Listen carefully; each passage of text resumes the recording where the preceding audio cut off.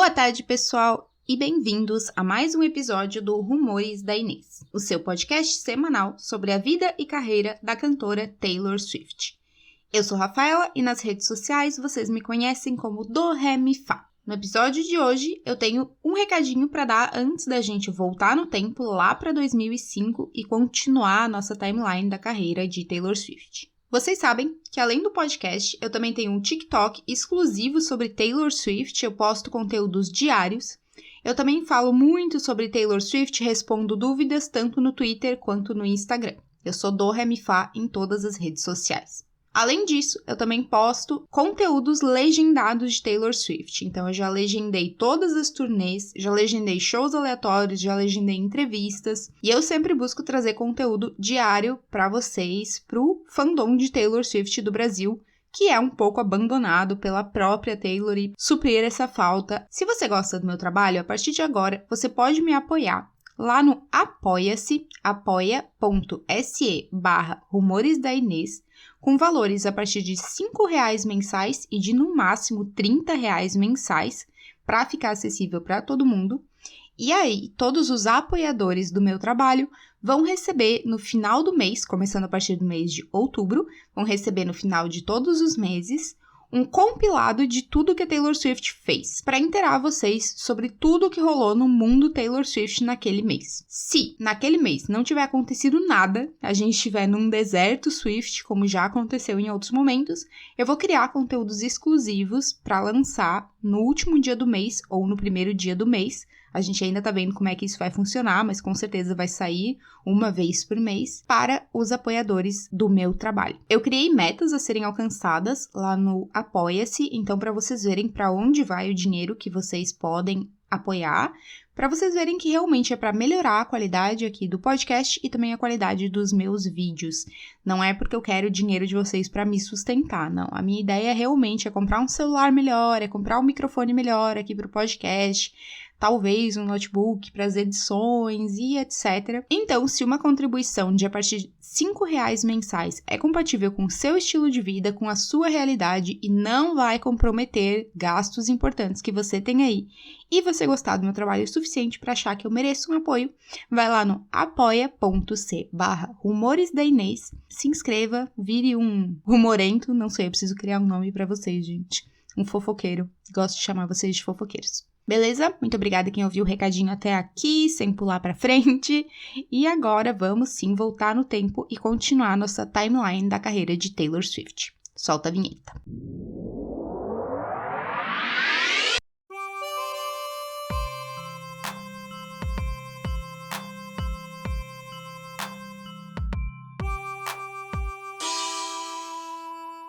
No último episódio, eu comentei com vocês que a Taylor e o Scott montaram fisicamente juntos o espaço que viria a ser a Big Machine Records lá em Nashville, os estúdios, a gravadora de modo físico, de modo geral, e que também foram contratados os 13 funcionários que trabalhariam com a Taylor e com o Scott nesse começo, e também com aqueles outros artistas que o Scott já tinha assinado, como o Jack Ingram, né, que eu falei pra vocês, que ele foi o primeiro álbum lançado pela Big Machine Records. Nesse tempo, a Taylor começou a trazer ali para o pessoal da Big Machine e para quem ia trabalhar como agente dela na época e etc., uma visão que não era muito comum nos artistas daquela época.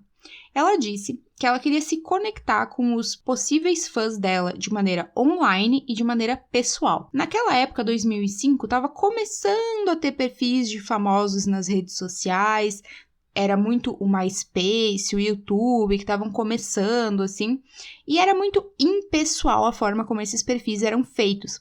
Normalmente era uma terceira pessoa que ia lá, escrevia uma biografia sobre o artista, postava o que o artista estava fazendo, e a Taylor sabia que isso não ia funcionar para o público dela. Ela queria realmente, ela mesma sentar e escrever a biografia em primeira pessoa, falar sobre quem ela era, postar notícias sobre como estavam funcionando as gravações do álbum, coisas que ela fazia por Nashville, saídas que ela dava com os amigos dela por aí, fotos que ela tirava, receitas que ela fazia, e ela sabia que isso ia aproximar muito ela do público alvo dela, né? Que era o público da idade que ela tinha ali na época, 16, 15, 17 anos.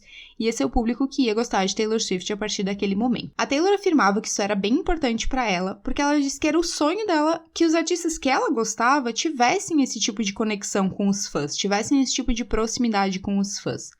E eles não tinham. E ela falava, se eu vou começar a ser uma artista, eu vou fazer as coisas do jeito que eu acho que deveriam ser feitas. E essa é a maneira que eu considero certa. A gente sabe que depois disso, todos os artistas hoje em dia têm redes sociais que são pessoais, que são eles mesmos que postam stories diários, às vezes eles abrem live sem precisar de uma grande produção ali por trás, etc. Eu não tô dizendo que a Taylor criou essa moda, o que eu tô dizendo é que a Taylor já tinha uma visão muito boa de marketing mesmo com 16 anos. Ela tinha uma visão do que ia funcionar no futuro da música, numa época em que ela nem trabalhava direito com isso ainda. E aí eles deram essa liberdade pra ela começar a fazer esses contatos online, então ela tinha o MySpace, eu acho que o MySpace da Taylor durou até ali a metade da era Fearless. Eu mesma acompanhava a Taylor no MySpace. Funcionou muito bem. Assim que a Taylor começou, foi uma coisa que deu muito certo. E dessa maneira, antes mesmo do Taylor Swift, o álbum debut, ser lançado, a Taylor já tinha um grupo de fãs que a acompanhavam, porque eles acompanhavam o trabalho dela no MySpace, e aí eles estavam bem curiosos a respeito do álbum que ela viria a lançar.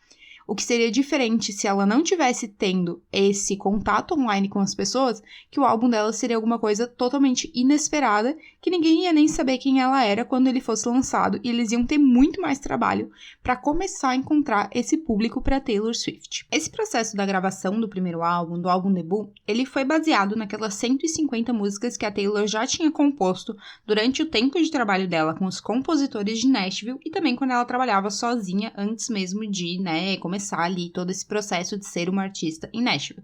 Tanto que o primeiro álbum tem músicas que a Taylor compôs com 12 anos. Ele é realmente um compilado dessas músicas que ela compôs ao longo de muito tempo. Quando eles começaram a realmente fazer audições para os outros músicos que iam tocar no álbum, porque a Taylor não toca todos os instrumentos do mundo, né? Eles precisavam de uma pessoa para bateria, eles precisavam de uma pessoa para o baixo, talvez uma pessoa para o piano, porque a Taylor tem ali uma habilidade no piano, mas não é assim, meu Deus, que pianista que ela é. Eles faziam isso em estúdio e eles achavam muito curioso que a Taylor queria participar de todas essas audições, porque normalmente uma pessoa como ela aparecia na hora de tocar violão ou cantar. Mas a Taylor dizia que ela não queria estar no estúdio só nesse momento. Em uma entrevista que ela deu em 2007 sobre como ela compõe, ela falou que ela sempre compõe em um instrumento só, e isso ela marcou bastante pra gente também na era Lover, sobre como ela compõe os álbuns dela em um instrumento só, não todas as músicas num mesmo instrumento, mas a Lover ela compôs no piano, daí The Man ela compôs no violão, coisas assim, né, por exemplo. Então nessa entrevista em 2007, ela fala que desde o começo o processo de criação dela é assim, mas que quando ela está compondo, mesmo que ela esteja fazendo em um instrumento só, na cabeça dela, ela consegue mapear o que cada instrumento vai estar fazendo em cada segundo da música, mesmo que não vá ser ela que vai tocar esse instrumento. E ela sabia que se ela não estivesse lá na hora em que eles estavam escolhendo as pessoas que iam tocar esses instrumentos no álbum debut dela, não ia acabar soando como ela queria. Ela queria pessoas que tocassem exatamente da maneira como ela tinha imaginado. Ela só ia contratar pessoas que realmente tocassem como ela pensava em ver o álbum pronto. Essa história de imaginar como cada instrumento vai soar enquanto tá compondo me lembra muito aquele meme da Simone ou da Simari, eu não sei qual é qual, que ela fala que ela não toca instrumentos, mas que ela faz com a boca e os músicos imitam. Enfim, gente, eu sei que a Taylor não é assim, eu sei que a Taylor é uma compositora de verdade, uma musicista de verdade ali, ela realmente toca esses instrumentos sobre os quais ela fala, mas eu não consegui não pensar nesse meme, e decidi comentar com vocês pra vocês pensarem também, não sei porquê. E aí, enquanto eles estão trabalhando com essas 150 músicas e tentando decidir quais são as que vão realmente entrar no álbum, a Taylor compõe mais uma música. Ela compõe para o show de talentos da escola. E também era direcionada ao namoradinho da Taylor na época. A música se chamava Our Song. E daí naquele dia, quando ela chega no estúdio, ela fala para Scott Borchetta que ela quer adicionar aquela música no álbum. E também ela exige que a música se torne um dos singles que o álbum teria. Aí então o Scott fala a famosa frase, que a Taylor já repetiu em várias entrevistas. Você não coloca em um álbum a música que você compôs para o show de talentos da escola. Mas a Taylor insistiu. A música entrou no álbum, virou o terceiro single e se tornou 4 vezes platina nos Estados Unidos. Então aqui, a Taylor prova mais uma vez como ela sempre teve uma boa visão para o mercado musical. Uma música que nem o Scott Borchetta acreditava que ia dar certo. Ela insistiu de entrar no álbum e deu muito certo. É uma das músicas da carreira da Taylor que as pessoas mais conhecem, principalmente pessoas que estão aqui desde o começo ou pessoas mais velhas nos Estados Unidos. Se você diz, canta uma música da Taylor Swift, se eles não cantarem Shake It Off, muito provavelmente eles vão cantar Our Song. Aí chega o momento de eles escolherem quem vai ser o produtor do álbum. O Scott Borchetta, ele não trabalha como produtor. Ele é o dono da gravadora e o agente principal da Taylor, mas ele não é produtor musical. Tanto que todos os álbuns da Taylor têm outros produtores, se vocês forem olhar. Um produtor musical, normalmente ele trabalha junto com o artista no estúdio para ver realmente como é que vai ficar o produto final da música. Ele adiciona batidas, ele escolhe em que momento entra tal instrumento, nananã. É bem importante o trabalho de um produtor musical, e como eu não sou formada na área de música, eu não vou dar uma super explicação para vocês, porque eu estaria fingindo que eu sei, né? Eu só sei o básico que eu vejo ali nos vídeos de bastidores da Taylor, com o Jack Antonoff, que trabalha como produtor com ela até hoje. O trabalho do produtor é aquele ali, é ir adicionando elementos e vendo como é que funciona, como é que pode ser feito em estúdio e etc. Então aqui, o Scott Borchetta mostra para Taylor uma lista de produtores de Nashville, e um deles é o Nathan Chapman. Ele é um produtor que ele nunca tinha tido o talento dele reconhecido em Nashville. Ele trabalhava com um country meio pop, assim, uns 90% country, 10% pop. E ele nunca tinha sido produtor de um álbum inteiro. Ele só tinha sido produtor de músicas muito isoladas de artistas. E é justamente ele que a Taylor escolhe. A Taylor disse que o santo dela bateu com o do Nathan Chapman ali desde o primeiro momento. E que daí o Scott Borchetta chegou a ficar tipo, ele nunca trabalhou em um álbum inteiro, será que ele vai dar conta, lá. Mas ele sabia que todo esse rolê de Taylor Swift, Big Machine Records, não sei o que, era sobre confiar em pessoas que a indústria não estava confiando no momento. Então eles decidem contratar o Nathan Chapman e dá muito certo. O Nathan continua trabalhando com a Taylor por anos depois disso, inclusive ele trabalha com ela em Speak Now, ele chega a aparecer, assim, na vida da Taylor por muito tempo, e quando a Taylor ganha o Grammy com o Fearless, né, com outro álbum, ela fala que o Nathan já merecia ter ganho um Grammy há muito tempo como produtor. Depois de trabalhar com a Taylor, muitas portas se abriram para o Nathan Chapman, porque daí a Taylor se tornou o que ela se tornou, e aí todo mundo quer trabalhar com quem Taylor Swift aprova para estar ali com ela. E aí, então, ele, depois disso, conseguiu trabalhar com pessoas como Kate Urban, que também já tem feat com a Taylor no Fearless, Taylor's Version, com a Kylie Minogue, que é extremamente famosa e aqui mostra a pegada de pop do Nathan Chapman, e com a ídola da Taylor Swift, a Shania Twain, que também é uma artista que faz um country muito puxado pro pop.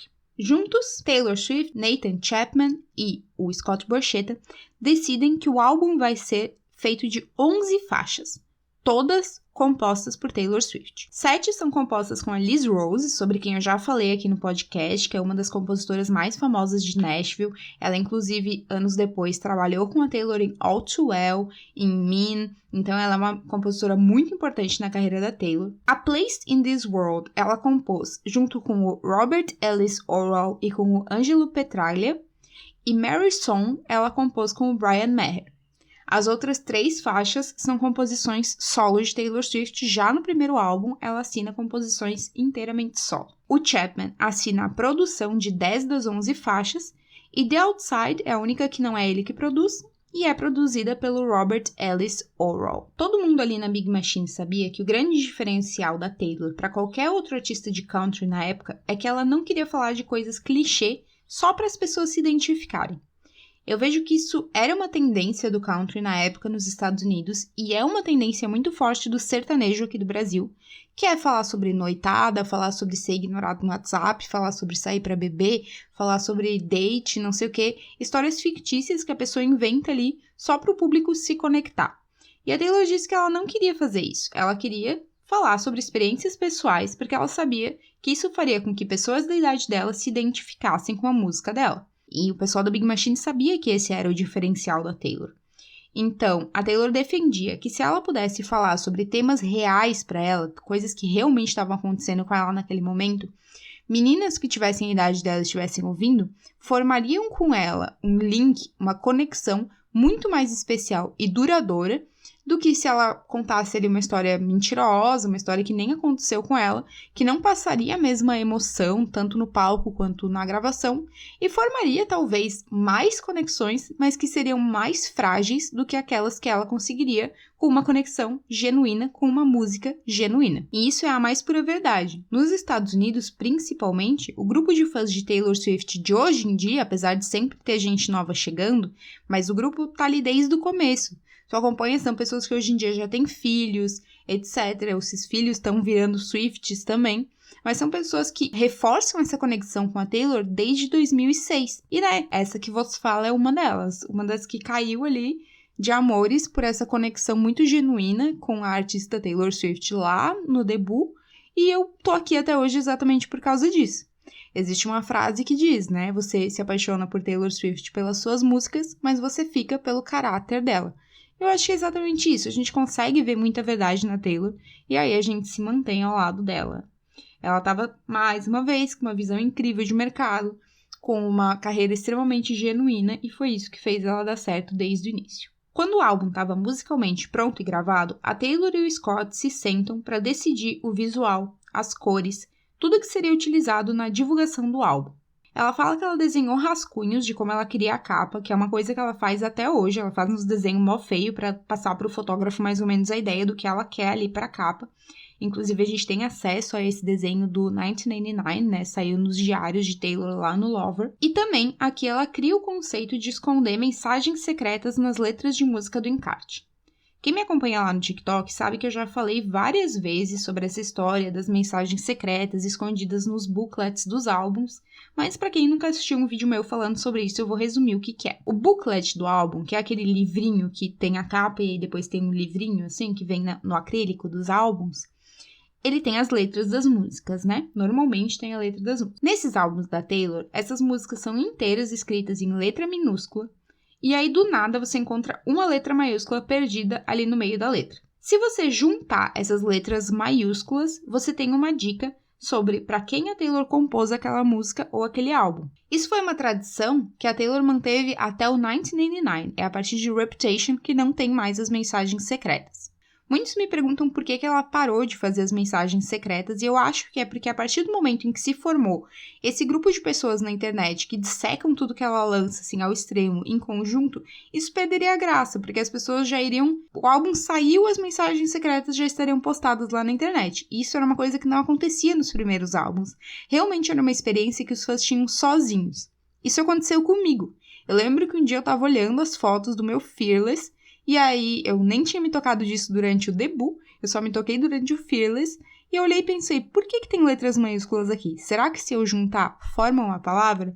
E aí eu fui juntando as letras, peguei um caderninho, fui juntando as letras, e foi um momento muito legal, e mais uma vez eu me senti muito conectada com a Taylor naquele momento, porque ela deixou uma mensagem escondida pra mim. É óbvio que eu sabia, eu não era tão criança assim, eu sabia que não era pra mim, mas entende esse sentimento, assim, de conexão que você tem com a pessoa, quando... ela botou um segredinho ali que nem todo mundo vai perceber, mas você percebeu? E isso era mais uma das estratégias geniais da Taylor para se aproximar com os fãs dela na época. E funcionou muito bem até o 1989. Todos os CDs até o 1989, eles têm mensagens que são separadas nas músicas. Cada música tem a sua mensagem. E o 1989 é o único que forma uma história completa. Então, se você juntar todas as frases ali que se formam ao longo das músicas do 1989... conta uma historinha. Aí lembra que eu comentei com vocês no episódio anterior que o Scott ele tinha ouvido uma música da Taylor que se chamava When You Think Tim McGraw? Então, quando o álbum estava pronto, ele chega pra Taylor e ele fala que foi essa música que encantou ele lá no começo e que ele acha que essa deveria ser a música escolhida para ser o primeiro single do álbum. A Taylor concorda. E aí, então, eles vão atrás de gravar o clipe antes mesmo do lançamento do álbum. Aí eles mandam fazer os álbuns físicos e também os singles, porque naquela época não era um produto digital que você em um segundo espalhava para o mundo inteiro um single. Não, realmente vinha um CDzinho com só a música do single, e aí os artistas tinham que encaminhar esse CDzinho pequenininho para as rádios, para serem consideradas para tocar nos rádios a partir dali. Então, eles recebem esse material ali na Big Machine Records E a Taylor e o Scott se sentam juntos no chão da Big Machine Records para embalar esses álbuns, embalar esses singles e escrever cartas de consideração para as rádios para dizer tipo, ei, olha só, meu nome é Taylor Swift, eu tô lançando um álbum, nananã. E eu ficaria muito feliz se vocês considerassem usar as minhas músicas nas rádios e etc, Eles mandam Tim McGraw assim fisicamente para as rádios. E eu tô contando isso pra vocês lembrarem mais uma vez dessa conexão Taylor Swift-Scott Borchetta. Eles sentaram no chão e fisicamente embalaram os álbuns, embalaram os singles, assinaram à mão, escreveram as cartas, mandaram pras rádios. Então pensem no nível de conexão que tu tem que ter com uma pessoa pra fazer isso. Lembrar, quando ela se torna a artista mais bem paga do mundo, que ela passou por isso com uma pessoa que aí a traiu da maneira como Scott traiu em 2019. Deve ter doído pra caramba. E eu acho muito legal parar pra pensar que nada era automatizado ali na Big Machine, nada era contratado, realmente eram eles que faziam tudo, e eu acho que por isso que deu tão certo. E aí, então, em outubro de 2006, o álbum Taylor Swift é lançado pro mundo inteiro com 11 faixas. E o resto a gente continua, claro, no próximo episódio. No próximo episódio aqui no Rumores da Inês, eu vou falar um pouco sobre a repercussão no primeiro álbum, sobre a turnê de rádios que a Taylor fez e também sobre como ela acompanhou 2 turnês muito famosas na época por conta do fato de que ela não fez uma turnê dela mesma nesse primeiro álbum. Eu espero que vocês tenham gostado de conhecer um pouquinho desse backstage do debut álbum. E mais uma vez reforçando que agora você pode apoiar meu trabalho através do apoia.c/Rumores da Inês. E eu espero você aqui no domingo que vem com um cafezinho para mais fofocas da vida e carreira da cantora Taylor Swift, aqui no Rumores da Inês.